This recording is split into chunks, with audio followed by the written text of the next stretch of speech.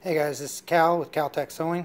I just want to show you guys a quick difference between an SOE belt and a Cal-Tac sewing belt. So just to start off, just so you know, this is an older Gen 1.5 Raptor buckle. We're now using the Gen 2 Raptor buckles. This is my personal belt that I've been wearing for almost a year now. So there is a slight difference, but in the belt making, other than buckle, they're pretty much the same. So SOE, great belt company. A lot of people love it. So this is the first one that I've seen. I've never been one to wait the long lines. So the Cobra buckle here, this particular one for some reason is it's really hard to get this upper one to unsnap. You can hear that really hard click there. So it's a little bit hard, but it's very tight squeeze for the double layer of webbing to go through the buckle. That's one of the things that is a major difference between the two, as you can see. Let's see if I can get my camera focus here.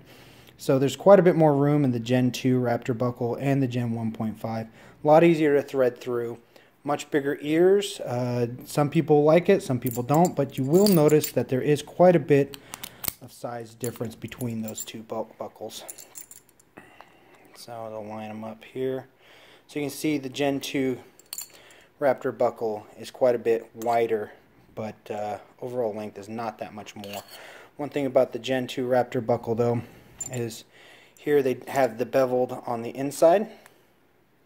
So that's going to be something we're going to look at a little bit later in the Cobra buckle, because this belt was sent to me because they couldn't get a response from the maker of the belt. And so I just wanted to take a look at it, first one I've seen. So some of the differences, I have triple stitching, but they do have doubles on theirs, so one major, and whenever they put in their tag for it, they go ahead and they do a double bar tack there. Sewing's about the same distance inward, down the center. You'll notice the difference in the webbing weave though. So the webbing on ours is a little bit tighter, there's a looser weave, but it tends to have the same stiffness though. So there's not much difference there. That scuba webbing that's resin coated, the Velcro to attach to, almost the exact same length on either or. One of the major differences, this is the outside, the SOE. This is also where they have their attachment at. So we sew ours on the underside, so it passes through your pant loops a little bit easier.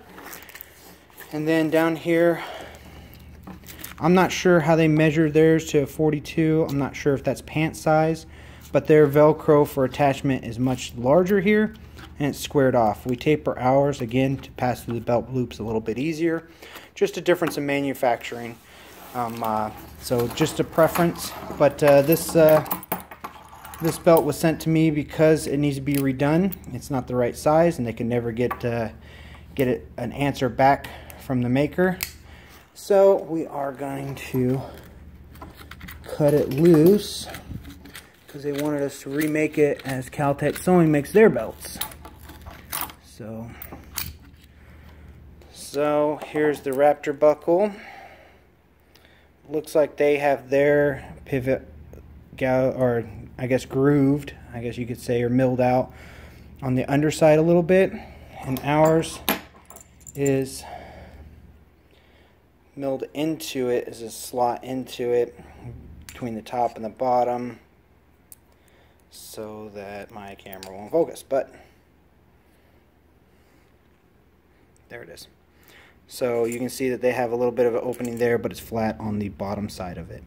So there's a little bit of difference there. Trying to get your webbing woven through here is a little bit more difficult because that size is definitely difficult once you put that Velcro on there and try to pass it through. Those who have the belts, you know, people love this, people love this. It's just a preference. Now I will point out though, a lot of people are like, oh well, this is made in America.